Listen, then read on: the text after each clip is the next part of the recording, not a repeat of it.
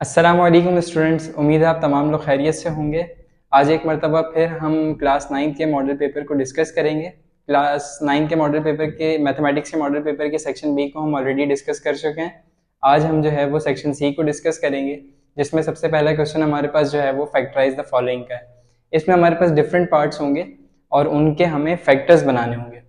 अब फैक्टराइजेशन का कॉन्सेप्ट क्या है? फैक्टराइजेशन का कॉन्सेप्ट ये है कि हमारे पास बहुत कॉम्प्लिकेटेड इक्वेशंस होती हैं, बहुत कॉम्प्लिकेटेड एक्सप्रेशंस होती हैं, उनको ईजीएस्ट या सिंपलेस्ट फॉर्म में हमें लेकर आना होता है। तो ऐसे क्वेश्चंस को हम उस वक्त तक सॉल्व करते हैं जब तक कि हमारे पास तमाम के तमाम फैक्टर्स ना बन जाएं। तो अब इसको स्टार्ट करते हैं। सबसे पहले हमारे पास लिखा हुआ है X square plus 2xy plus Y square minus 9z की पावर 4। अब इसमें दो चीज है। सबसे पहले अगर हम इस ब्रैकेट को देखें तो इस ब्रैकेट को देख के आपको अंदाजा हो रहा होगा कि यहाँ पे एक फॉर्मूला लगता हुआ नजर आ रहा है। वो फॉर्मूला क्या है? इधर देखें, अगर आपको याद है, काफी सारे बच्चों को याद होगा, फॉर्मूला क्या था? a प्लस बी का whole square is equal to A square plus 2ab plus B square. अब मुझे बताएं कि अगर हम इतने हिस्से को देखें तो क्या ये हमें a square plus 2ab plus B square की फॉर्म में नजर आ रहा है? अच्छा, a square plus 2ab plus B square किसके बराबर है? ए प्लस बी के होल स्क्वायर के बराबर। तो इसका मतलब क्या हुआ कि x square plus 2xy plus Y square किससे रिप्लेस हो सकता है? एक्स प्लस वाई के होल स्क्वायर से। अच्छा, अब अगर हम इसको देखें, इतने हिस्से को 9z की पावर 4 को देखें, ये माइनस साइन तो एज इट इज रहा। अब 9z की पावर 4 को क्या हम इसको स्क्वायर में बंद कर सकते हैं? बिल्कुल कर सकते हैं। देखिए 9 किसका स्क्वायर है? 9 3 का स्क्वायर है। और z की पावर 4 को हम कैसे लिख सकते हैं? z square. और ये हो गया हमारे पास होल स्क्वायर। अब अगर हम ये पहला ब्रैकेट देखें, यानी पहली टर्म अगर देखें और दूसरी टर्म देखें, तो पहली टर्म भी स्क्वायर में है, दूसरी टर्म भी स्क्वायर में है, दरमियान में क्या है? माइनस। तो ऐसी सूरत में हमारे पास फॉर्मूला कौन सा अप्लाई होता है? फॉर्मूला अप्लाई होता है a square minus B square, जो के बराबर है a plus B into A minus B के। तो इसका मतलब क्या हुआ कि अगर आपको कहीं पे a plus B into A minus B लिखा हुआ नजर आ रहा है तो आप उसको किससे रिप्लेस कर सकते हो? ए स्क्वायर माइनस बी स्क्वायर से।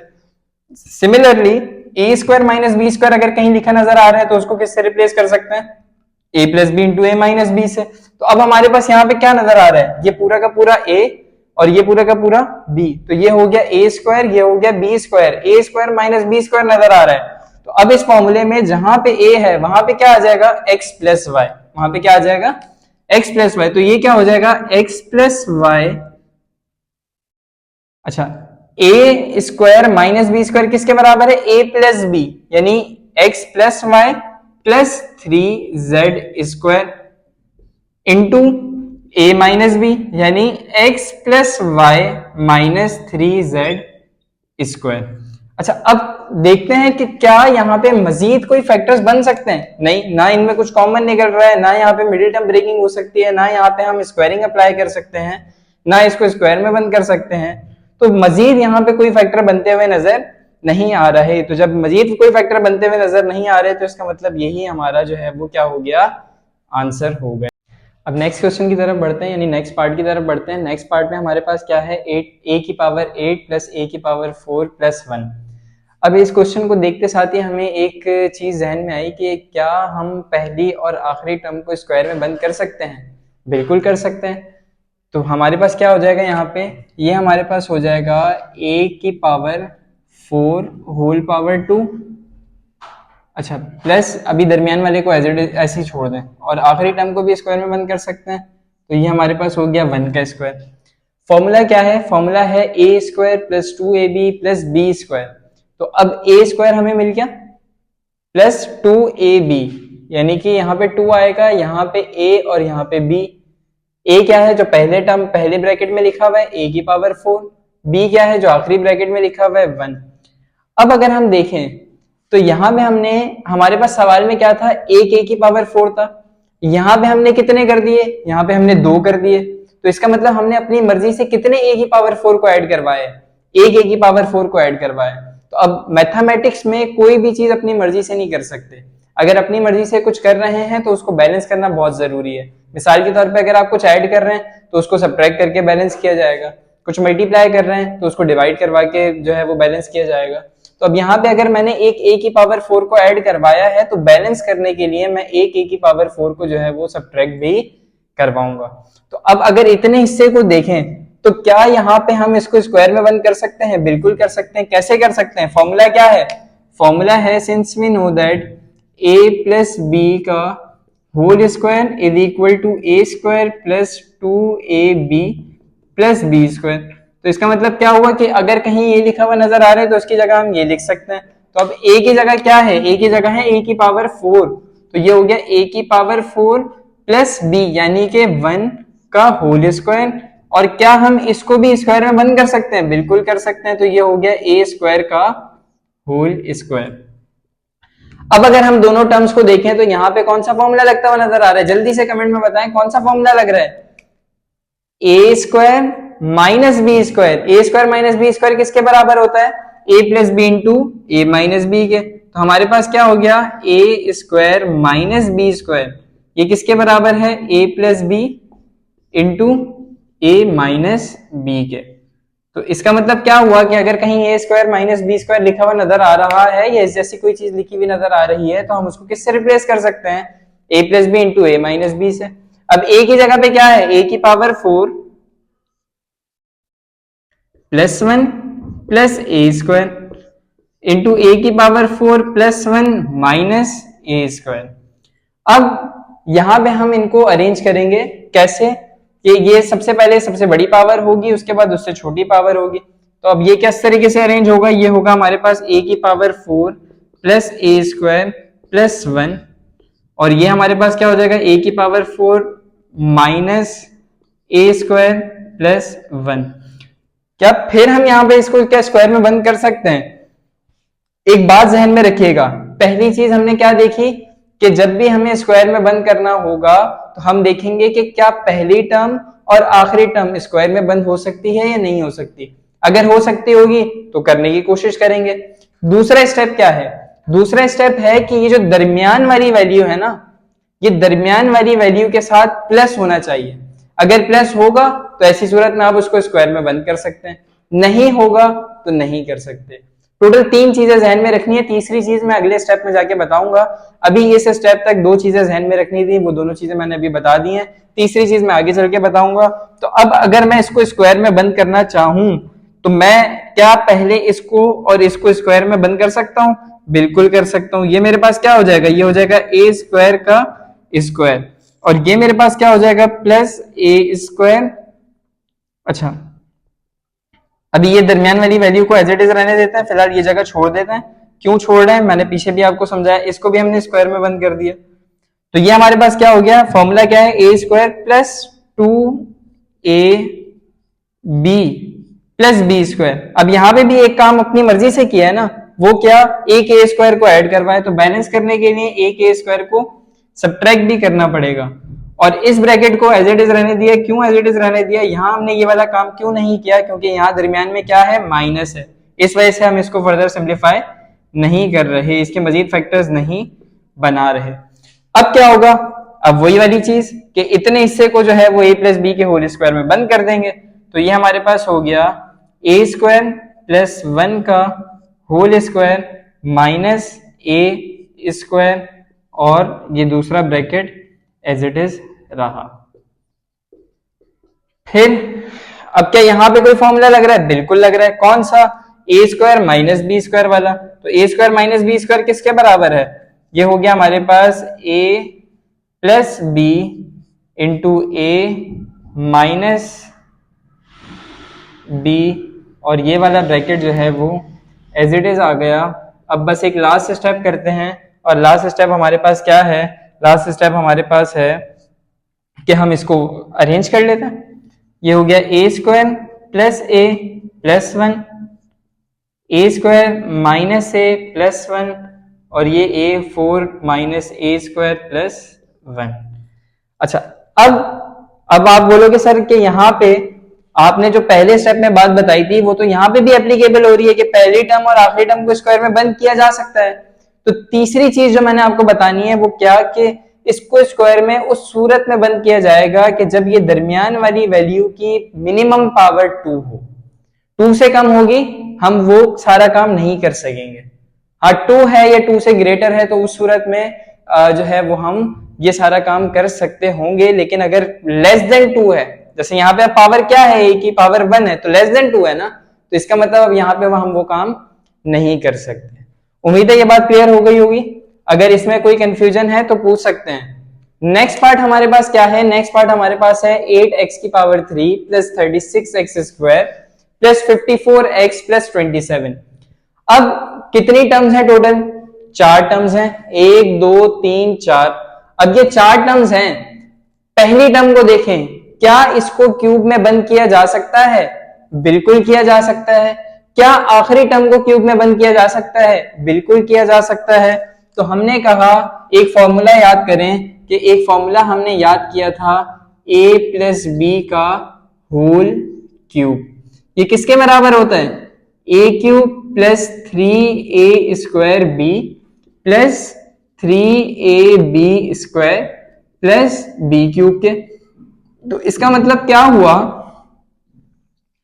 कि अगर कहीं पे ऐसा सिनेरियो नजर आ रहा है तो उसको हम इससे रिप्लेस कर सकते हैं। अब देखते हैं कि क्या हम इस पूरे हिस्से को इस फॉर्म में लिख सकते हैं, यानी a cube plus 3a square b plus 3ab square plus b cube की फॉर्म में लिख सकते हैं। अगर लिख सकते होंगे तो हम फिर वहां पे ये काम कर लेंगे, अगर नहीं लिख सकते होंगे तो फिर यहाँ पे ये काम नहीं हो सकेगा।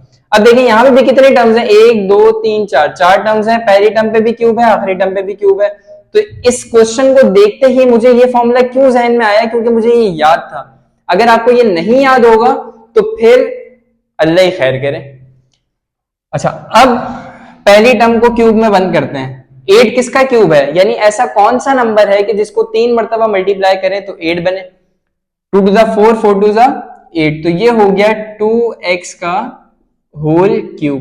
फिर फॉर्मूला क्या है, फॉर्मूला है plus 3a square b plus 3a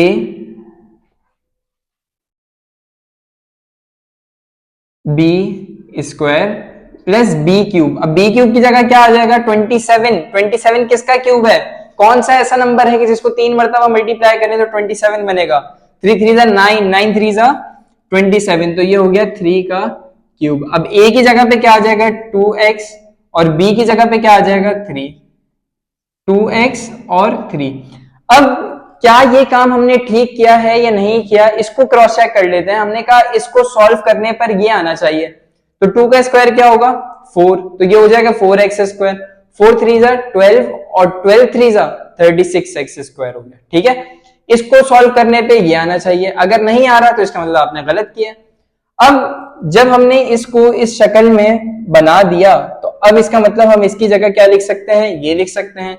a की जगह क्या है 2x, a की जगह क्या है 2x और b की जगह क्या है 3, तो ये हो गया 2x प्लस 3 का होल क्यूब। ये हमारा जो है वो आंसर हो गया। उम्मीद है क्लियर हो गया होगा। कोई कंफ्यूजन हो तो बिला झिझक पूछ लें, कोई मसला नहीं। अब नेक्स्ट पार्ट की तरफ बढ़ते हैं। नेक्स्ट पार्ट में क्या है, a की पावर 6 प्लस 1। अब हमने देखना है कि क्या हम फर्स्ट टर्म और सेकंड टर्म को जो है वो क्या क्यूब में बंद कर सकते हैं।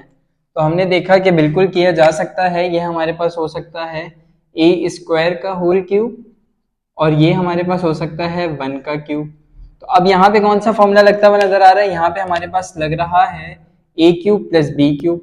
तो a cube plus b cube किसके बराबर होता है, a plus B into A square minus A B plus B square. तो इसका मतलब क्या हुआ कि हम a cube plus B cube को किससे रिप्लेस कर सकते हैं, a plus B into A square minus A B plus B square से। तो अब हमारे पास क्या हो जाएगा कि a की जगह पे हमारे पास क्या आ जाएगा a स्क्वायर, तो ये हो गया हमारे पास a स्क्वायर प्लस 1 और ये हमारे पास हो गया, ये हो गया हमारे पास a स्क्वायर का स्क्वायर माइनस ए स्क्वायर इंटू 1 प्लस 1 का स्क्वायर। अब इसको सिंप्लीफाई कर रहे हैं तो ये हो गया ए स्क्वायर प्लस 1 इंटू ए की पावर 4 माइनस ए स्क्वायर प्लस 1। यहाँ पे फिर वही बात है कि यहाँ पे फैक्टर्स क्यों नहीं बन सकते, क्योंकि यहाँ पे दरमियान में क्या है, माइनस साइन है, और इसके तो मजीद फैक्टर्स बन ही नहीं सकते। तो ये हमारे पास हो गया आंसर। क्लियर है। नेक्स्ट पार्ट हमारे पास है, क्या लिखा हुआ है, 3x square minus 38xy minus 13y square. अब इसको सॉल्व करने के लिए क्या करें, हमने कहा कि सबसे पहले देखो कि सबसे पहली टर्म और सबसे आखिरी टर्म क्या स्क्वायर में बंद हो सकती है, नहीं हो सकती। फिर क्या करें, अच्छा जब नहीं हो सकती तो इसका मतलब कंप्लीटिंग स्क्वायर वाला कॉन्सेप्ट तो यहाँ पे अप्लाई नहीं हो सकता। फिर क्या करें, फिर हमने क्या करना है, फिर हमने यहाँ पे मिडिल टर्म ब्रेकिंग का कॉन्सेप्ट अप्लाई करना है। मिडिल टर्म ब्रेकिंग क्या कहती है कि आपने फर्स्ट टर्म और लास्ट टर्म का प्रोडक्ट लेना है, यानी ये पहली और आखिरी टर्म का प्रोडक्ट लेना है, और जो भी रिजल्ट आए इस दरमियान वाली वैल्यू को ऐसे दो हिस्सों में ब्रेक करेंगे कि जिनको मल्टीप्लाई करने पे फर्स्ट और लास्ट का प्रोडक्ट बने और ऐड सब्ट्रैक्ट करने पे यही वैल्यू बन जाए। तो अब क्या करें, हमने कहा पहली और आखिरी टर्म का अगर हम प्रोडक्ट लें यानी इन दोनों को मल्टीप्लाई करें तो 3 13 39 हो जाएगा। अच्छा अब 39 का अगर हम एलसीएम लें तो 39 1 39 होता है। तो इसका मतलब क्या हुआ कि हमारे पास 39 के जो फैक्टर्स बन गए वो 39 और 1 बन गया। तो क्या मतलब कि इस 38 को हम 39 और 1 में ब्रेक कर सकते हैं या नहीं, अब इसका फैसला करेंगे। 39 में से 1 सब्ट्रैक्ट कर दो 38 बन जाएगा, बिल्कुल बन जाएगा। अच्छा अब किसके साथ कौन सा साइन है, वैल्यूज को सब्ट्रैक्ट करके आपका रिजल्ट आ रहा है या ऐड करके, जाहिर सी बात है सब्ट्रैक्ट करके। तो जब सब्ट्रैक्ट करना होगा तो इसका मतलब दोनों के साथ कौन से साइन हो, डिफरेंट साइन हो। डिफरेंट साइन होने का मतलब क्या है कि एक के साथ प्लस होगा एक के साथ माइनस होगा। किसके साथ प्लस लगाएं और किसके साथ माइनस लगाएं, बच्चे इस चीज में बहुत कंफ्यूज होते हैं। हमेशा याद रखिएगा इसमें कोई कंफ्यूजन नहीं होनी चाहिए, इसमें किसी किस्म की कंफ्यूजन नहीं होनी चाहिए। ये दरमियान वाली वैल्यू जो है ना, ये दरमियान वाली वैल्यू आपको बताएगी कि बड़ी वैल्यू के साथ कौन सा साइन आएगा। दरमियान वाली वैल्यू के साथ कौन सा साइन है, माइनस, तो बड़ी वैल्यू के साथ माइनस आ जाएगा और छोटी के साथ प्लस आ जाएगा। तो इसका मतलब क्या हुआ कि अब आप क्या कर सकते हो, आप इसको लिख सकते हो 3x square minus 39xy plus xy minus 13y square. अब बच्चे बहुत कंफ्यूज होते हैं, बच्चे बोलते हैं सर आप बोल रहे हैं कि 1 भी आएगा और लिखते हैं नहीं। तो मेरी बात हमेशा याद रखें कि कोफिशिएंट में 1 हो या ना हो, लिखा हुआ नजर आए या ना नजर आए, वहां पे हमेशा 1 मौजूद है।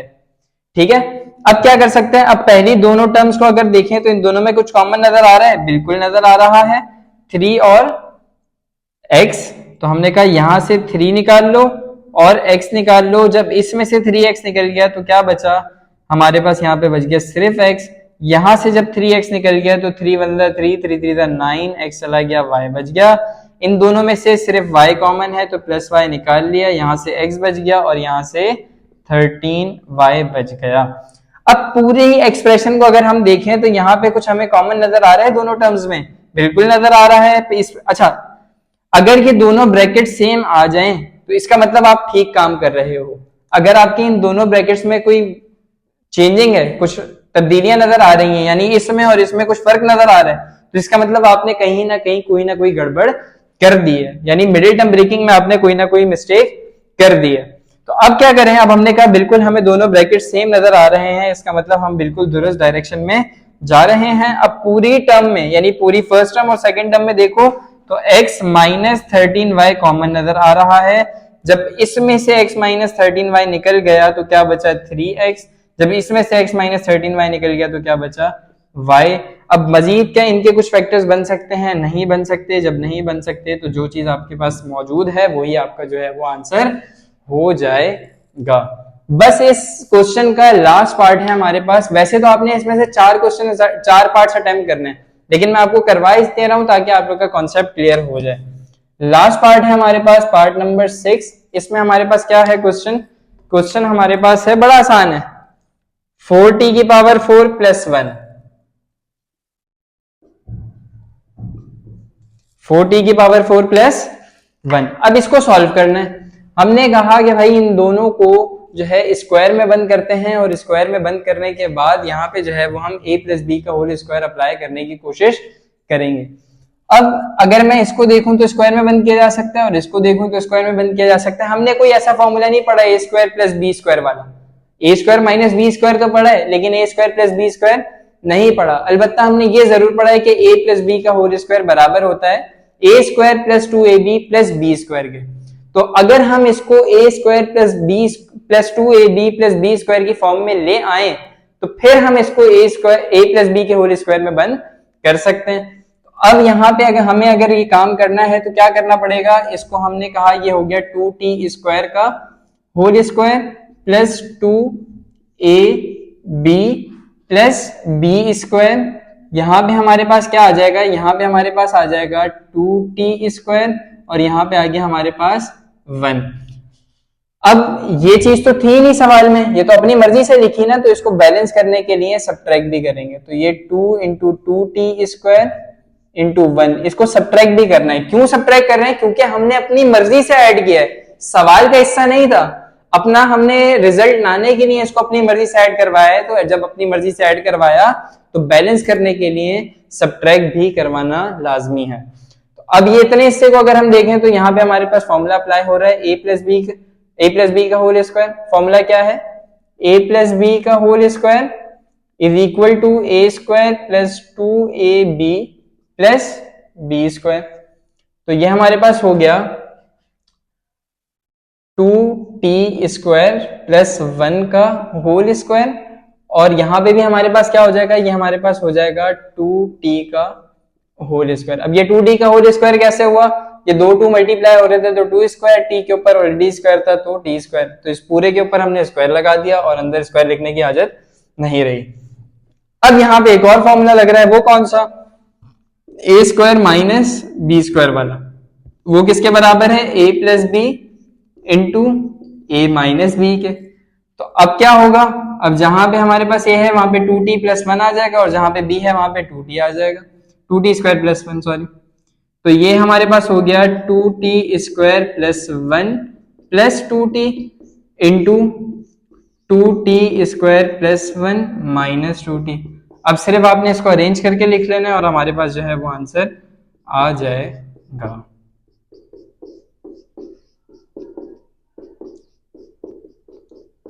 मजीद इसके कोई फैक्टर्स नहीं बन सकते। जब मजीद फैक्टर्स नहीं बन सकते तो जो भी हमारे पास जहां तक भी हम पहुंच गए वो हमारे पास आंसर हो जाएगा।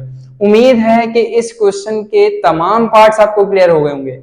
फिर भी कोई कंफ्यूजन होती है, कोई फॉर्मूला समझ में नहीं आया हो, कोई स्टेप समझ में नहीं आया हो, कोई किसी क्वेश्चन की स्टार्टिंग समझ में ना आई हो, a प्लस बी का होल स्क्वायर कब अप्लाई करेंगे, कब मिडिल टर्म ब्रेकिंग करेंगे, कब कंप्लीटिंग स्क्वायर वाला कॉन्सेप्ट अप्लाई करेंगे, अगर किसी भी चीज में कोई कंफ्यूजन हो तो आप बिला झिझक मुझसे पूछ सकते हैं। इंशाल्लाह आपको हर सवाल का जवाब देने की कोशिश करूंगा, आपके कॉन्सेप्ट पूरी कोशिश करूंगा कि क्लियर हो जाए। अब बच्चे परेशान होंगे कि सर क्वेश्चन नंबर 12 के बाद फौरन ही क्वेश्चन नंबर 16 आ गया, तो उसकी वजह यह है कि क्वेश्चन नंबर 13 जो है वो ग्राफ से रिलेटेड है। अब अगर ग्राफ वाला क्वेश्चन भी मैंने यहाँ पे समझाने की कोशिश की तो वो एक बहुत ज्यादा टाइम कंज्यूम कर जाएगा, तो बच्चे बोर भी होंगे। तो इंशाल्लाह मैं कोशिश करूंगा उसके लिए सेपरेट वीडियो प्रोवाइड कर दूं और ग्राफ पेपर पे ही उसको सॉल्व करके आपको समझाने की कोशिश करूं। क्वेश्चन नंबर 14 और 15 जो है वो आपके पास थ्योरम से रिलेटेड है। थ्योरम के लिए आपका वही टास्क है कि आपने सर्च करना है अपनी किताबों में कि कौन सा थ्योरम किस चैप्टर से रिलेटेड है और फिर कमेंट सेक्शन में बताना है कि भाई ये थ्योरम इस चैप्टर में मौजूद है। क्वेश्चन नंबर 16 की तरफ बढ़ते हैं। अच्छा, अगर ये क्वेश्चन आपके पास आ जाता है तो ये क्वेश्चन जो है वो थ्योरम के साथ चॉइस में आपके पास होगा। अगर सेक्शन सी में आपके पास टोटल 3 क्वेश्चन आपने अटेम्प्ट करना है, एक फैक्टराइजेशन से होगा, एक आपके पास ग्राफ से होगा और तीसरा आपको थ्योरम या तो फिर ये करना होगा। अब दुआ करें कि आपके पास ये चॉइस आ जाए, अगर नहीं आती तो फिर इस सूरत में तो थ्योरम अटेम्प्ट करना पड़ेगा और आ जाती है तो बल्ले बल्ले। क्वेश्चन नंबर 16 स्टार्ट करते हैं। क्वेश्चन नंबर 16 में क्या कह रहे हैं, using distance formula find the parameter of the triangle formed by the points this and this। अब हमें क्या करना है, अब हमने देखना है कि सबसे पहले बात ये समझनी है कि डिस्टेंस फॉर्मूला क्या है, दूसरी बात हमने समझनी है कि पैरामीटर्स क्या हैं। पैरामीटर बेसिकली क्या है, the sum of all side of a triangle, ये पैरामीटर है। तो अगर पैरामीटर की डेफिनेशन करें तो क्या है कि ट्राइंगल की तमाम साइड्स को ऐड कर लो तो आपके पास क्या मिल जाएगा, पैरामीटर मिल जाएगा। डिस्टेंस फॉर्मूला अप्लाई करना है। डिस्टेंस फॉर्मूला क्या है, हमने कहा चलो डी से हम डिस्टेंस को रिप्रेजेंट कर देते हैं। डिस्टेंस फॉर्मूला हमारे पास है square root of x2 minus x1 का whole square plus y2 minus y1 का होल स्क्वायर। इसकी जगह आप ये भी अप्लाई कर सकते हो, square root of x1 minus x2 का whole square plus y1 minus y2 का होल स्क्वायर। दोनों से सेम रिजल्ट आएगा। सेम रिजल्ट आने की वजह क्या है कि इस ब्रैकेट्स के ऊपर जो है वो क्या लगे हुए हैं, स्क्वायर लगे हुए हैं। यहाँ पे भी स्क्वायर लगा हुआ है, यहाँ पे भी स्क्वायर लगा हुआ है। तो अगर इनको सॉल्व करने पे नेगेटिव या पॉजिटिव वैल्यू आती है तो एट द एंड ये उसको पॉजिटिव ही बना देगा। तो दोनों में से जो फॉर्मूला आपको आसान लगे आप उससे अप्लाई कर सकते हो, कोई टेंशन वाली बात नहीं है। अब हमने क्या करना है, अब हमने ये बात समझनी है कि पैरामीटर्स क्या हैं। पैरामीटर क्या है, मिसाल के तौर पे ये हमारे पास ट्राइंगल है और ये इसको हमने पॉइंट ए, इसको बी और इसको सी का नाम दे दिया।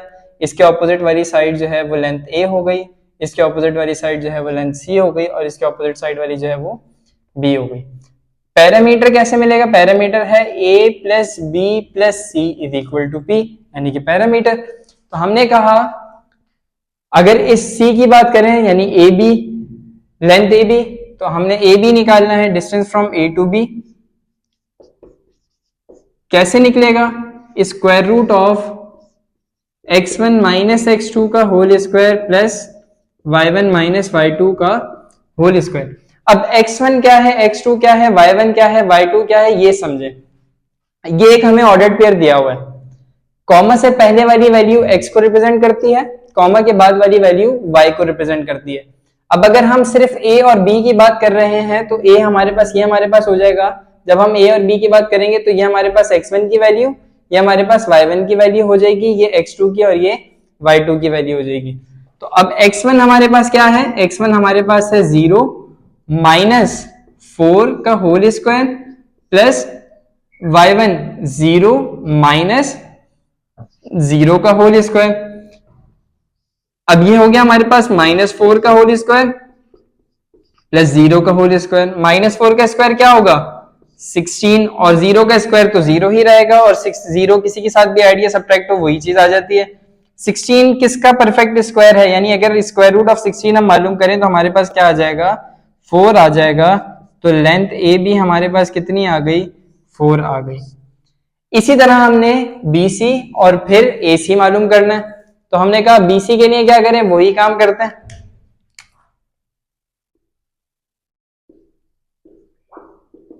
फॉर्मूला वही है।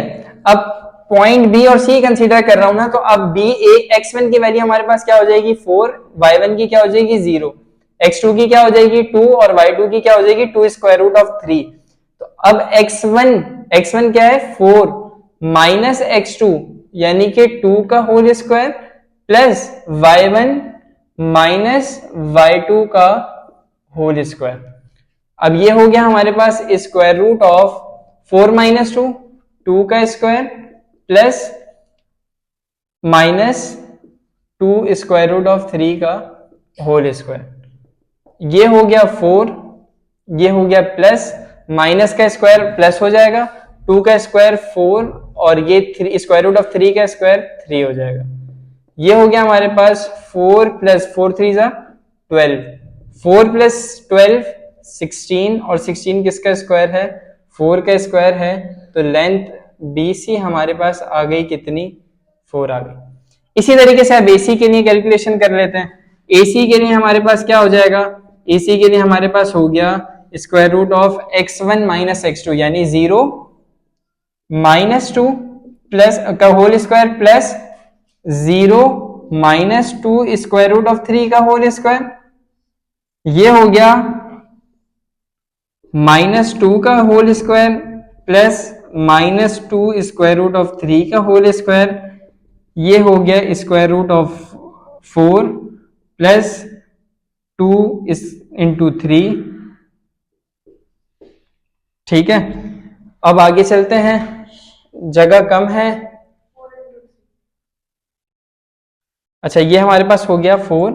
अच्छा क्योंकि ये स्क्वायर इस पर भी अप्लाई होगा, इस पर भी अप्लाई होगा, जब इस पर अप्लाई होगा तो ये हमारे पास हो गया 4 और स्क्वायर रूट ऑफ 3 पर जब अप्लाई हुआ तो ये हमारे पास स्क्वायर से रूट कैंसिल हो गया, यहाँ पे सिर्फ 3 बच गया। जगह थोड़ी सी कम है, एडजस्ट करते हैं यहीं पे। ये हमारे पास हो गया स्क्वायर रूट ऑफ 4 प्लस 4 3 12, ये हो गया स्क्वायर रूट ऑफ 16, ये हो गया 4। लेंथ ए बी है, ए सी हमारे पास क्या आ गई 4। अब हमें क्या चाहिए, हमें चाहिए पी। पी क्या है, ए प्लस बी प्लस सी। ए कितना है, ए से मुराद ए बी, ए बी कितना है 4। बी से मुराद क्या है, बी से मुराद है हमारे पास ए सी, ए सी कितना है 4। और सी से मुराद क्या है, सी से मुराद ए बी है, और ए बी हमारे पास कितना आ गया 4। ये हो गया हमारे पास 4 प्लस 4 8, 8 प्लस 4 12। तो पैरामीटर की वैल्यू हमारे पास आ गई 12। उम्मीद है ये सेक्शन भी क्लियर हो गया होगा। दो क्वेश्चन तो बहुत इंपॉर्टेंट है, तीसरा थ्योरम है उसके साथ ये आएगा। अगर ये आ गया तो बहुत अच्छी बात है। फैक्टराइजेशन बहुत अच्छे तरीके से आनी चाहिए आपको, ग्राफ बहुत अच्छे तरीके से आना चाहिए, और ये भी क्वेश्चन आपको बहुत अच्छे तरीके से आना चाहिए ताकि आप क्वेश्चन सेक्शन सी जो है वो बहुत अच्छे तरीके से अटेम्प्ट कर सकें। उम्मीद है कि आपको तमाम चीज़ें क्लियर हो गई होंगी। अगर इस लेक्चर में आपको मज़ा आया हो तो वीडियो को कर दें लाइक और चैनल को कर दें सब्सक्राइब, ताकि आइंदा भी हम मज़ीद वीडियोस बना सकें। जज़ाकल्लाह।